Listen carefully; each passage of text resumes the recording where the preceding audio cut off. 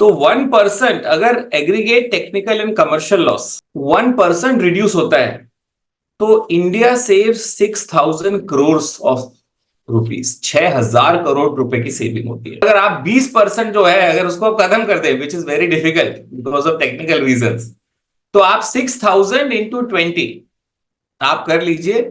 It is a mind boggling figure actually. Let us first understand, because ये AT&C losses and ये एक estimation है कि 1,20,000 crore rupees every year India loses because of aggregate technical and commercial losses. 1,20,000 अगर rupees हम बचा लें तो हर साल हम एक नई दिल्ली मुंबई हाईवे बना सकते हैं। 1,00,000 करोड़ है उसकी कॉस्ट दिल्ली मुंबई हाईवे की। वैसी 6 लेन 12 लेन की हाईवेज हम हर साल बना कंस्ट्रक्ट कर सकते हैं अगर 1,20,000 करोड़ हम सब बचा लें। अब aggregate technical and commercial loss, AT&C losses का मतलब क्या है वो हम थोड़ा क्लियर कर लेते हैं before moving in forward with respect to criminal matters. So जो aggregate technical and commercial losses को दो पार्ट्स में डिवाइड करा जा सकता है। एक तो एचटी सिस्टम का लॉस एंड दूसरा है एलटी सिस्टम का लॉस। अब एचटी सिस्टम के लॉस को भी दो पार्ट्स में डिवाइड करा जाता है। एक टेक्निकल लॉस और एक कमर्शियल लॉस। टेक्निकल लॉस को हम दो पार्ट्स में डिवाइड कर सकते हैं, HT system and LT system. Meerut में आज की तारीख में जो एचटी सिस्टम का लॉस है वो 10% है और एलटी सिस्टम का लॉस भी 10% है। तो ये हो गया अपना टेक्निकल लॉस का example. Let us come to commercial loss. Commercial losses को 5 पार्ट्स में डिवाइड कर सकते हैं। आज की जो स्टैटिस्टिक्स है मेरठ की वो ये कहती है, एक तो है डेफिशिएंट मीटरिंग। डेफिशिएंट मीटरिंग से मेरठ डिस्ट्रिक्ट में 0.5% ऑफ द इलेक्ट्रिसिटी जो लॉस होता है, एटीएनसी लॉसेस, वो होता है डेफिशिएंट मीटरिंग की वजह से। सेकेंड, बिलिंग इनएफिशिएंसी की वजह से 2% लॉस होता है। प्रोविजनल बिलिंग की वजह से 2.5% लॉस हो रहा है मेरठ में। कलेक्शन इनएफिशिएंसी की वजह से 4% लॉस हो रहा है और थेफ्ट एंड पिल्फरेज की वजह से 11.3% लॉस हो रहा है। 11.3% सबसे हाईएस्ट है। अब आज के बाद जब कोई बोले aggregate technical and commercial losses तो आप ये इमेजिन कर लेना कि टेक्निकल लॉस अगर कोई बोल रहा है तो 2 सिस्टम्स, एचटी सिस्टम और एलटी सिस्टम में उसको डिवाइड करा जा सकता है। अगर कोई कमर्शियल लॉस बोल रहा है तो बोलना 5 चीजों में उसको डिवाइड करा जा सकता है। Deficient metering, billing inefficiency, provisional billing, collection inefficiency and theft and pilferage. So आप वो स्पेसिफिक क्वेश्चंस भी पूछ सकते हैं कि भाई आपके यहाँ थेफ्ट एंड पिल्फरेज में कितना लॉस हो रहा है। लेट अस कम कि 2000 में जब ये इलेक्ट्रिसिटी एक्ट डिस्कस हो रहा था तो दिल्ली में AT&C losses, aggregate technical and commercial losses, around 50% थे, 50%, which was very very high, and theft was one of the major reasons for loss, aggregate technical and commercial losses. तो जब मैं I was advising the discom तो मुझे ये imagine होता था कि जो झुग्गी झोपड़ियां हैं, जे क्लस्टर्स हैं, सबसे ज्यादा थेफ्ट ऑफ इलेक्ट्रिसिटी में वो इन्वॉल्व है। ये मैं इमेजिनेशन थी मेरी कि भाई जब हम न्यूज़पेपर में फोटोग्राफ्स देखते थे तो उस फोटोग्राफ में हमें ये दिखता था कि एक पोल है इलेक्ट्रिसिटी का, वहां से 100 वायर्स निकल रही हैं और सब झुग्गी झोपड़ी में जा रही हैं। तो मैं भी ये इमेजिन करता था कि झुग्गी झोपड़ी क्लस्टर्स या जे क्लस्टर्स में मैक्सिमम थेफ्ट ऑफ इलेक्ट्रिसिटी होगी। लेकिन जब दिल्ली में जब डिपार्टमेंट ने रेड्स लगाना शुरू करी तो एक सरप्राइज मिला। सरप्राइज ये मिला कि सबसे ज्यादा इलेक्ट्रिसिटी की जो थेफ्ट थी वो थी डिफेंस कॉलोनी या न्यू फ्रेंड्स कॉलोनी। आप सोच रहे हो कि ये तो सबसे पॉश कॉलोनी है, तो सबसे पॉश कॉलोनी में सबसे ज्यादा थेफ्ट ऑफ इलेक्ट्रिसिटी थी। और वो क्या करते थे कि एक अपने घर में तो एक कनेक्शन लेता था नॉर्मल, और फिर जितने भी एसीज हैं और जितने भी मोटर्स लगी हैं उनके लिए डायरेक्ट कनेक्शन। एंड वो एक घर, आप ये समझ लो कि पूरी एक जो कॉलोनी होती है झुग्गी झोपड़ी क्लस्टर्स की, उसके बराबर का थेफ्ट ऑफ इलेक्ट्रिसिटी। सो ये जो मिसकॉन्सेप्शन है मेरे माइंड में कि भाई थेफ्ट का कोई ऐसा नहीं है कि कोई अमीर गरीब और मिडिल क्लास से कोई रिलेशन नहीं है। Theft is theft actually.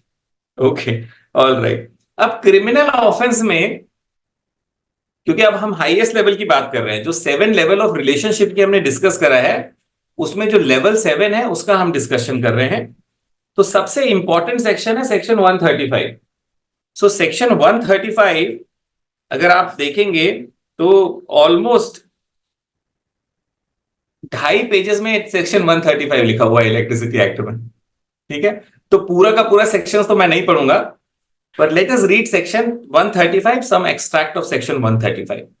Section 135 of the Electricity Act reads, theft of electricity, whoever dishonestly. So word dishonest is very important.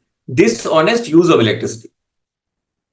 A, taps makes or causes to be made by connection with overhead, underground or underwater lines or cables or service wires or service facilities of a licensee or supplier as the case may be. Or B, tempers a meter, installs or uses a tempered meter, current reversing transformer, loop connection or any other device or method which interferes with accurate or proper registration, calibration or metering of electrical current or otherwise results in a manner whereby electricity is stolen or wasted.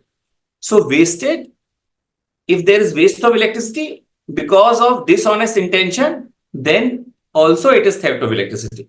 Or C, damages or destroys an electric meter, apparatus, equipment or wires or causes or allows any of them to be so damaged or destroyed as to interfere with the proper or accurate metering of electricity. Or D, uses electricity through a tampered meter. Or E, uses electricity for the purpose other than for which the usage of electricity was authorized. This E is very important. Uses electricity for purpose other than for which the usage of electricity was authorized will also fall into category of theft.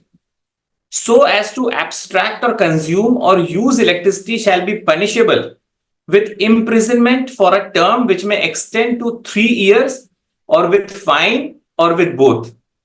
So word यहाँ पे penalty नहीं है, यहाँ पे word fine है. तो एक तो imprisonment, number 2 fine, और द कोर्ट कैन डिसाइड कि दोनों है होने चाहिए.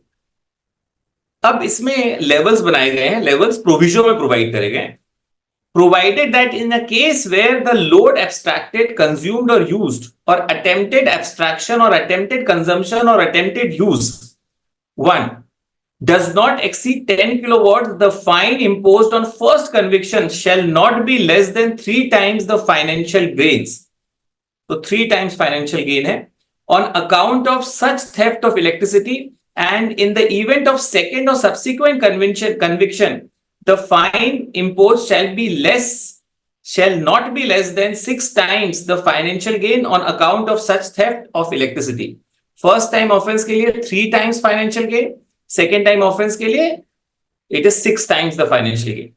ये है 10 kilowatts से जब less होता है, it does not exceed 10 kilowatts. What happens if it exceeds 10 kilowatts? ये second part में provided है. 2, exceeds 10 kilowatt, the fine imposed on first conviction shall not be less than 3 times the financial gain on account of which such theft of electricity, and in the event of second or subsequent conviction, the sentence shall be imprisonment for a term not less than 6 months, but which may extend to 5 years, and with fine not less than 6 times the financial gain on account of such theft of electricity. All right. और इसमें एक proviso है which is called provided further that in the event of second and subsequent conviction of the person where the load abstracted, consumed or used or attempted abstraction or attempted consumption or attempted use exceeds 10 kilowatts, such person shall also be debarred from getting any supply of electricity for a period which shall not be less than 3 months but may extend to 2 years, and shall also be debarred from getting supply of electricity for that period from any other station. So अगर 10 kilowatt से ज्यादा है, in that case debar भी हो सकता है बंदा for 2 years. So ये एक सम में है, लेकिन उसको थोड़ा सा समझ लेते हैं हम लोग. क्रिमिनल ऑफेंस अगर कभी भी आपको प्रूव करना है तो there are 2 elements which are required. एक है बंदे का इंटेंशन और दूसरा है बंदे का फिजिकल एक्ट. इसको हम वर्ड्स में, लीगल वर्ड में बोलते हैं मेंस रिया, मतलब मेंटल एलिमेंट, कि भैया इसका इंटेंशन था क्या थेफ्ट करने का। एंड सेकेंड जो हम बोलते हैं उसको बोलते हैं actus reus, that means physical element, whether he actually did it. So जब हम क्रिमिनल कोर्ट में जाते हैं या केस, जब हम थेफ्ट के केस में जाते हैं स्पेशल कोर्ट में, तब ये दो एलिमेंट जब आप प्रूव करते हो, then it is theft of electricity. अगर इसमें आप कोई भी एक एलिमेंट नहीं प्रूव कर सकते हो, then it is not theft of electricity. All right. अब ये तो बड़ा डिफिकल्ट हो जाएगा, डिफिकल्ट इन द सेंस कि कई बार मेंटल इंटेंशन प्रूव करना बड़ा डिफिकल्ट रहता है। तो इलेक्ट्रिसिटी एक्ट में इसको थोड़ा सिंप्लीफाई करा गया। इलेक्ट्रिसिटी एक्ट में यह बोला गया कि अगर artificial means, so when you are going for a rate, और कोई भी आपको वायर, आपको मीटर, कोई भी अगर इक्विपमेंट आपने देख लिया आर्टिफिशियल मीन्स, या कोई मैग्नेट किसी ने लगा दिया, और उस आर्टिफिशियल मीन्स अगर आपने उसको अपने कब्जे में ले लिया, then it will be presumed that there is mental element. So normal criminal case में आपको डिसऑनेस्टी प्रूफ करनी है या गिल्टी प्रूफ करना है, क्रिमिनल मैटर में तो आपको दो चीजें प्रूफ करनी है, mental element that is mens rea and physical element that is actus rea. Electricity case में इसको थोड़ा डाइल्यूट करा गया है। डाइल्यूट इस तरह से करा गया है कि अगर कोई भी वायर, कोई भी मैग्नेट, कोई भी इक्विपमेंट जिसको यूज करके जो बंदा इलेक्ट्रिसिटी के थेफ्ट कर रहा था, उसको आपने अगर एविडेंस में डाल दिया, आर्टिफिशियल मींस उसको बोलते हैं, then it will be presumed that there was mental element, and then the consumer has to prove कि I did not have any intention of electricity चोरी करने का, मेरा कोई इंटेंशन नहीं था। ऑलराइट। तो ये तो एक, तो जब भी रेड लगती है तो हमेशा अगर कोई भी इक्विपमेंट है तो उसको वो आप एक पैकेट में रख के ले जाते हैं as a evidence, and then you show it to the special court कि भाई इसमें तो ये इक्विपमेंट मिले, it is presumed that there is mental element. अब इशू ये है कि जो डिस्कॉम्स के पास है क्या क्या पावर्स है। सो डिस्कॉम्स के पास सर्च एंड सीजर के पावर है। तो तीन स्पेसिफिक पावर्स इलेक्ट्रिसिटी एक्ट में प्रोवाइड करे गए हैं डिस्ट्रीब्यूशन, इलेक्ट्रिसिटी डिस्ट्रीब्यूशन कंपनी को, for search and seizure. First is the discom can enter, inspect and break open. किसी भी प्रीमाइसेस में the electricity discom utility can enter, break open and inspect, जहां भी उनको लगता है कि there are chances of theft happening. Second is search and seize. Third is examine and seize books of accounts.